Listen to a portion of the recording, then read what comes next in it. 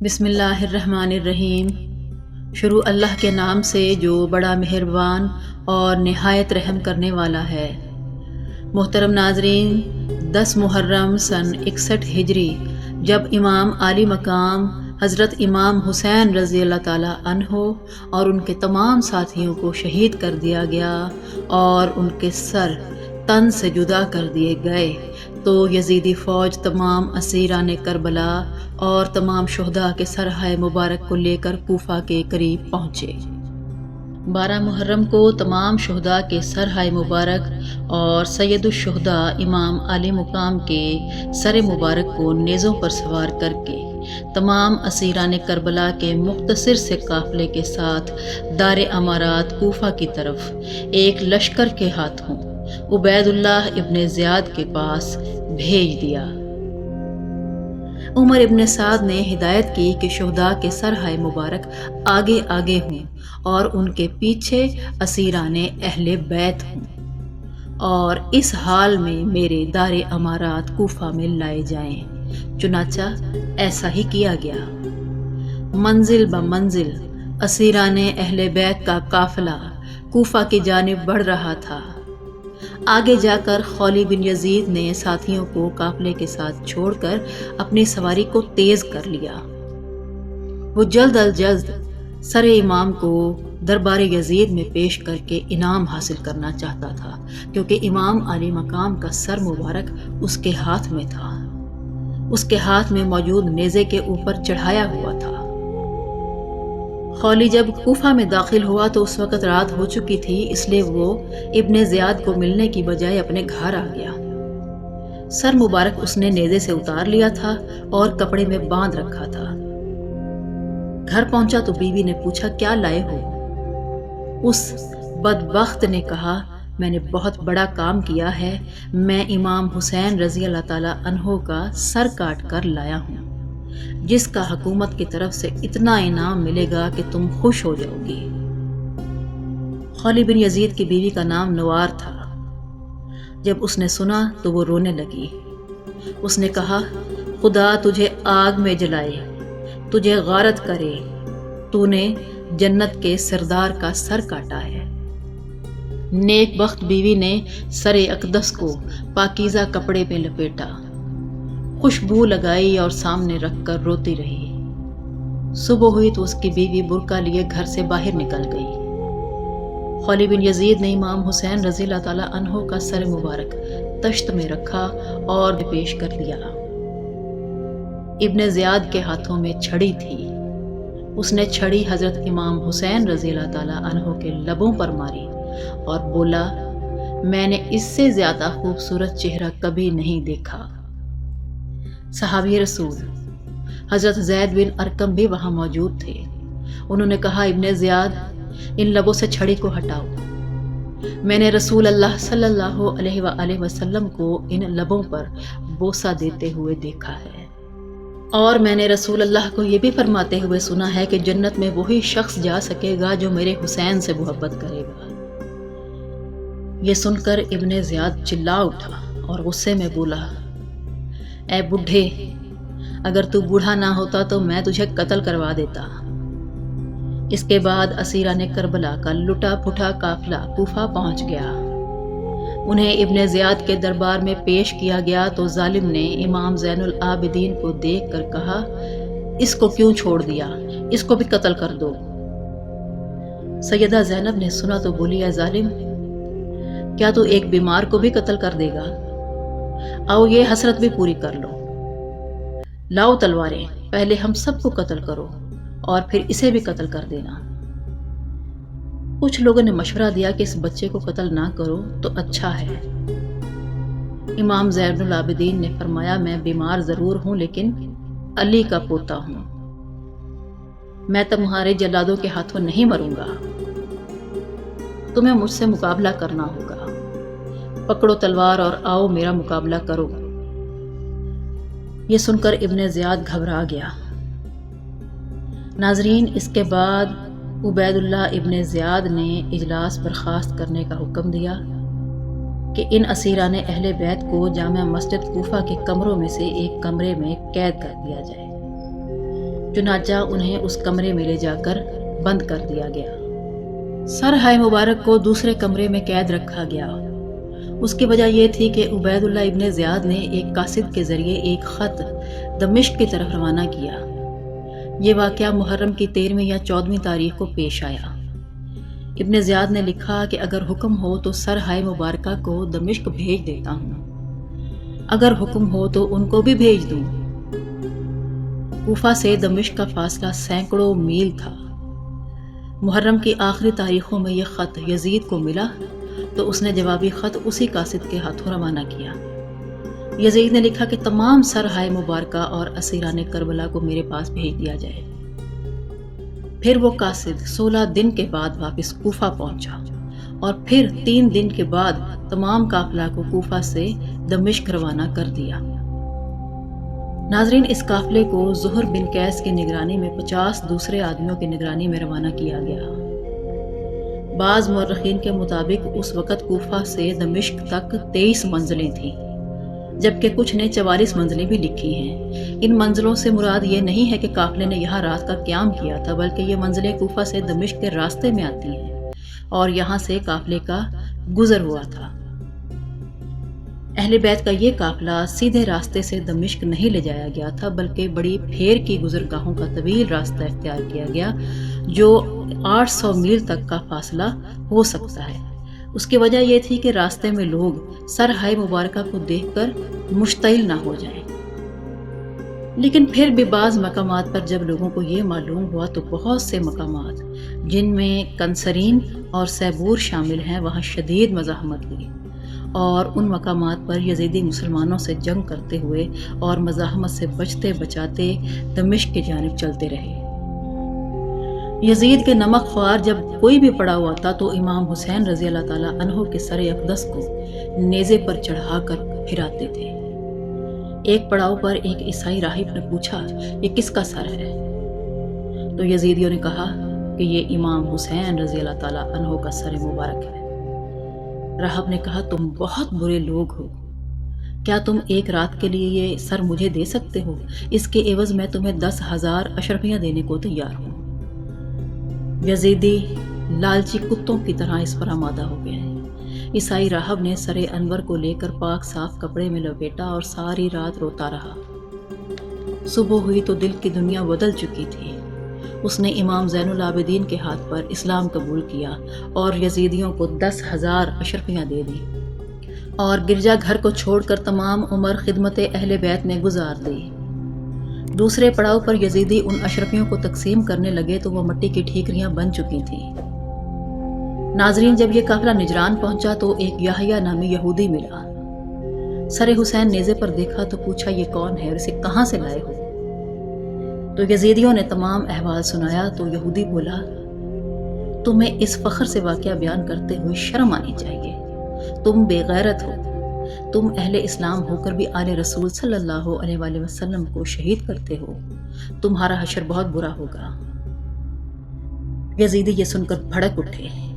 ایک نے تلوار نکالی تاکہ یہودی کو قتل کر دے، یہودی نے بھی تلوار نکال لی۔ یزیدی فوج کا وہ سپاہی قتل ہو گیا۔ پھر سب نے حملہ کر دیا۔ یحییٰ نے 4 اور یزیدیوں کو قتل کر دیا اور پھر خود بھی قتل ہو گیا۔ ناظرین، جب موصل شہر آیا تو چند یزیدی فوجی حاکم شہر کے پاس گئے، کہنے لگے، ہم امیر کوفہ کے بھیجے ہوئے ہیں اور کربلا میں یہ مارکا سر کر کے آئے ہیں، ہمیں رات بسر کرنی ہے، ہمارے لیے خورد و نوش اور رہائش کا بندوبست کرو، باقی لوگ بھی پیچھے آ رہے ہیں۔ حاکم شہر نے یہ سنا تو لرز کر رہ گیا۔ اس نے شہر کے سرکردہ لوگوں سے مشورہ کیا تو انہوں نے کہا، ہم ان لٹیروں کو یہاں نہیں رہنے دیں گے۔ چنانچہ شہر سے 1 میل دور انہوں نے رات گزاری اور سر انور کو ایک پتھر پر رکھا۔ وہ پتھر سرخ ہو گیا، جیسے اسے خون میں ڈبا دیا گیا ہو۔ بعد میں لوگ دور دور سے اس پتھر کو دیکھنے آئے۔ پھر عبد الملک بن مروان نے اپنے دور اقتدار میں وہ پتھر وہاں سے اٹھوا دیا۔ جب دمشق صرف 4 میل کے فاصلے پر رہ گیا تو اس مقام پر اہل بیت کو ٹھہرایا گیا اور یزید کو اطلاع بھیجی گئی تاکہ وہ دمشق میں داخل ہونے سے قبل تمام انتظامات مکمل کر لے۔ چنانچہ یزید کو خبر ہوئی تو اس نے ایک دن کا تعین کیا اور تمام انتظامات مکمل کر کے انہیں شہر میں داخل ہونے کا حکم دیا۔ جب قافلہ مقام جبرون پر پہنچا تو دمشق سے کچھ ہی فاصلے پر تھا۔ لشکر یزید کو وہاں ٹھہرا دیا گیا۔ یزید نے اپنے دربار کو سجانے اور ڈھول باجے کا انتظام کرنے کا حکم دیا۔ چنانچہ دارالحکومت دمشق کو سجایا گیا۔ عورتیں اور مرد عمدہ لباس پہنے ہوئے تھے اور خوشی سے طبلے بجا رہے تھے۔ یزید کے لیے بہترین تخت لگایا گیا اور ارد گرد بہترین انتظام کیا گیا۔ گویا یہ سب انتظام نواسہ رسول پر ظلم و ستم اور قتل کے بعد دنیاوی فتح کی خوشی میں کیا گیا تھا۔ یزید نے اپنے محل کی چھت پر چڑھ کر مقام جبرون کی طرف دیکھا۔ جب اس نے نیزوں پر شہداء کے سر ہائے مبارک دیکھے تو اس نے یہ شعر کہے، جس کا مطلب یہ تھا کہ جب سواریاں ظاہر ہوئیں اور شہداء کے سر مبارک مقام جبرون کے ٹیلوں پر نمودار ہوئے تو کوے نے کائیں کائیں کی۔ میں نے اس سے کہا کہ تو بول یا نہ بول، میں نے رسول سے اپنے قرض چکا لیے۔ یہ کفریہ الفاظ تھے جو یزید نے سرہائے مبارکہ کو دیکھ کر بولے تھے۔ امام علی مقام حضرت امام حسین رضی اللہ تعالیٰ عنہ کے سر مبارک کو ایک تشت میں اور دوسرے شہداء کے سر مبارک دوسرے تشت میں یزید کے سامنے پیش کیے گئے۔ تمام اہل بیت کو ایک کمرے میں ٹھہرا دیا گیا۔ پھر یزید لعین نے حضرت امام حسین کے ہونٹوں پر چھڑی رکھ کر کہا، یہ ہے حسین ابن علی۔ اس گستاخی پر دربار میں موجود ایک صحابی نے فرمایا، اے یزید، تم چھڑی سے امام حسین کی بے ادبی کرتے ہو۔ میں گواہی دیتا ہوں کہ میں نے ان کے اور ان کے بھائی کے لبوں پر رسول اللہ صلی اللہ علیہ وآلہ وسلم کو بوسہ دیتے ہوئے دیکھا ہے۔ یزید نے اس صحابی رسول کو دربار سے باہر نکال دینے کا حکم دے دیا تو یزید کے درباریوں نے انہیں کھینچ کر باہر نکال دیا۔ یزیدی دربار میں ایک یہودی عالم بھی موجود تھا۔ اس نے کہا، تم کیسے مسلمان ہو؟ میں حضرت داؤد علیہ السلام کی 17ویں پشت سے ہوں، پھر بھی میری قوم میرا اس طرح احترام کرتی ہے جیسے میں ہی ان کا پیغمبر ہوں، مگر تم نے تو اپنے رسول کے نواسے کا سر قلم کر دیا۔ بتاؤ تم مسلمان کہلانے کے کیسے حقدار ہو؟ ایک عیسائی نے کہا، مجھے ان کے اسلام پر حیرت ہوتی ہے۔ ہمارے گرجے میں حضرت عیسیٰ علیہ السلام کا ایک سم ہے جسے ہم نے خوشبو سے معطر کر کے شیشے میں سجایا ہوا ہے اور ہزاروں عیسائی ہر وقت اس کی زیارت کے لیے جمع ہوتے رہتے ہیں۔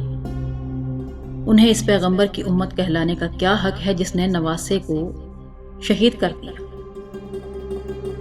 دوسرے درباری بھی چہمگویاں کرنے لگے تو یزید مصلحت کے تحت خاموش رہا۔ یزید نے حضرت امام زین العابدین سے مخاطب ہو کر کہا، لڑکے تیرا کیا نام ہے؟ آپ نے کہا، عابد ابن حسین۔ یزید نے کہا، تیرے باپ نے میرا حق سلب کرنے کی کوشش کی، میرا رشتہ کاٹا اور میرا حق چھیننے کی کوشش کی۔ اس پر خدا نے اس کا جو انجام کیا وہ تمہارے سامنے ہے۔ جناب زین العابدین نے بجائے جواب دینے کے قرآن مجید کی آیات تلاوت کی۔ یزید نے قرآنی جواب سنا تو اسے بہت ناگوار گزرا۔ امام علی مقام کا سر مبارک اس کے آگے رکھا ہوا تھا۔ سیدہ زینب اور جناب سکینہ نے گردنیں اوپر اٹھا کر سر مبارک کو دیکھا۔ پھر سیدہ زینب نے فرمایا، اے حسین، اے رسول خدا کے پیارے نواسے، اے سید النساء فاطمہ زہرا کے لختے جگر، اے دوش رسول کے سوار۔ وہ یہ فرما رہی تھی تو یزید نے پوچھا، یہ کون ہیں؟ جناب زین العابدین نے فرمایا، یہ میری پھپھی جناب زینب بنت علی ہیں۔ یزید نے کہا کہ حسین یہ نہ کہتا تھا کہ میں یزید سے بہتر ہوں اور میرا باپ اس کے باپ سے بہتر ہے؟ جناب زینب نے کہا، ہاں وہ بالکل یہی کہتا تھا اور یہی درست ہے، اور میں بھی یہی کہتی ہوں کہ میرا باپ اور میرا بھائی تجھ سے بہتر تھے۔ یزید نے کہا، تیرا نانا میرے نانے سے اور تیری ماں میری ماں سے ضرور افضل ہے، لیکن تیرا باپ میرے باپ سے بہتر نہیں۔ ان کا فیصلہ خدا کرے گا۔ سیدہ زینب نے فرمایا خدا کے فیصلے سے پہلے دنیا کی آنکھیں بھی فیصلہ کر رہی ہیں۔ یزید نے چھڑی امام حسین کے ہونٹوں پر رکھ کر کہا تو اسی منہ سے میری خلافت کا انکار کرتا تھا۔ جناب زینب نے کہا حسین تیری خلافت کیسے تسلیم کرتے جبکہ اب بھی تیری باتوں سے کفر سے محبت اور اسلام سے دشمنی کی بو آ رہی ہے۔ یاد رکھ عنقریب تجھے اس ظلم کی سزا بھگتنی پڑے گی، پھر تیرے لیے آگ ہی آگ ہوگی۔ سیدہ زینب کا خطبہ سن کر تمام درباری سکتے میں آ گئے۔ یزید نے اہل بیت کے قافلے کو چند روز دمشق میں رکھنے کے بعد مدینہ منورہ روانہ کر دیا۔ اہل بیت کی رہائی کے احکام جاری کرنے سے پہلے حضرت امام زین العابدین کو اپنے دربار میں بلایا، ان کے استقبال کے لیے کھڑا ہو گیا، کہنے لگا اے ابن حسین، جس چیز کی خواہش ہو کہو، حاضر ہوگی۔ امام نے جواب دیا مجھے کچھ نہیں چاہیے، ہاں اگر مجھ سے کوئی بات کرنا چاہتے ہو تو میری پھوپھی سیدہ زینب سے کرو، کیونکہ ہماری مددگار غم گسار وہی ہیں۔ یہ سن کر یزید نے تمام درباریوں کو باہر نکال کر ان کو بلوایا۔ پھر تمام مستورات حضرت زینب کے ساتھ دربار یزید میں لائی گئی۔ یزید نے سیدہ کی تکریم کرتے ہوئے کہا آپ چاہیں تو میرے محل میں ہی رہیں، اور اگر مدینہ چاہیں تو میں آپ کو روانہ کرنے کے لیے تیار ہوں۔ یزید بولا خدا ابن عبید اللہ پر لعنت کرے، خدا کی قسم میرا اور حسین کا سامنا ہو جاتا تو جو وہ چاہتے میں وہی کرتا اور ان کو کبھی قتل نہ کرتا۔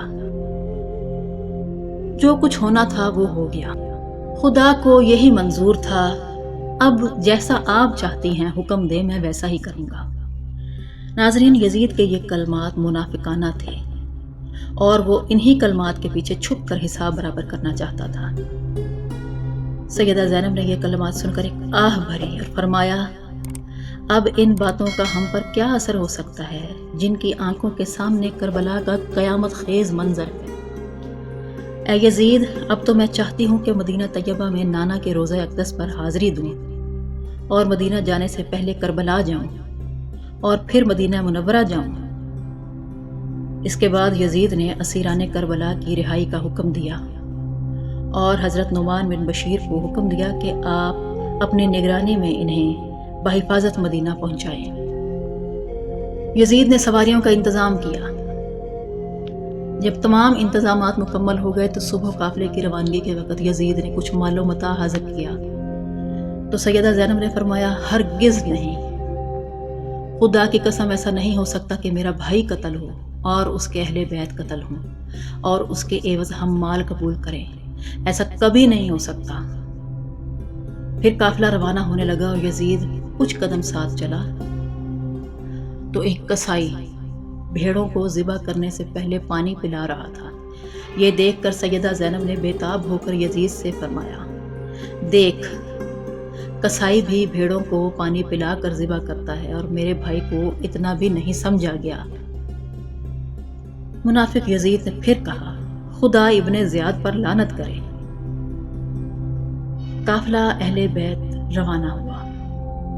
جب یہ قافلہ عراق کو پہنچا تو نعمان بن بشیر نے امام زین العابدین سے پوچھا کس طرف جانا ہے، کربلا یا مدینہ منورہ؟ سیدہ زینب نے فرمایا سیدھے کربلا چلو۔ نعمان بن بشیر تمام راستے اس قافلے کی ہر ضرورت کو پورا کرتے رہے۔ جب قافلہ کربلا پہنچ گیا تو سیدھا جہاں امام حسین اور باقی شہداء دفن تھے وہاں پہنچے، انہیں سلام کرتے جاتے اور روتے جاتے۔ حضرت جابر بن عبداللہ رضی اللہ تعالیٰ عنہ اور ان کے ساتھ بنو ہاشم کے کچھ لوگ بھی مدینہ منورہ سے کربلا پہنچے، انہوں نے بھی دربار حسین پر حاضری دی۔ 3 دن وہ سب وہیں ٹھہرے۔ آخری سلام کے بعد اہل بیت مدینہ منورہ کی طرف روانہ ہوئے۔ مدینہ والوں کو اہل بیت کی واپسی کی خبر ہوئی تو سب گھروں سے باہر نکل آئے اور رونے لگے۔ آل رسول کا قافلہ روضہ مصطفیٰ صلی اللہ علیہ وآلہ وسلم پر پہنچا۔ سب نے روتے ہوئے ہدیہ صلاۃ و سلام پیش کیا۔ پیارے نانا جان، ہم آپ کے پاس آپ کے پیارے نواسے کی شہادت کی خبر دینے آئے ہیں۔ خدا کی قسم ہم نے یزید سے زیادہ کوئی ظالم نہیں دیکھا، کوئی شقی القلب نہیں دیکھا۔ غرض سب اپنے الفاظ میں اپنے اوپر ہونے والا ظلم بیان کرتے رہے۔ پھر وہ سب حضرت فاطمہ زہرا کی قبر اور حضرت امام حسن کی قبر پر حاضر ہوئے اور اس کے بعد سب اپنے اپنے گھروں کو تشریف لے گئے۔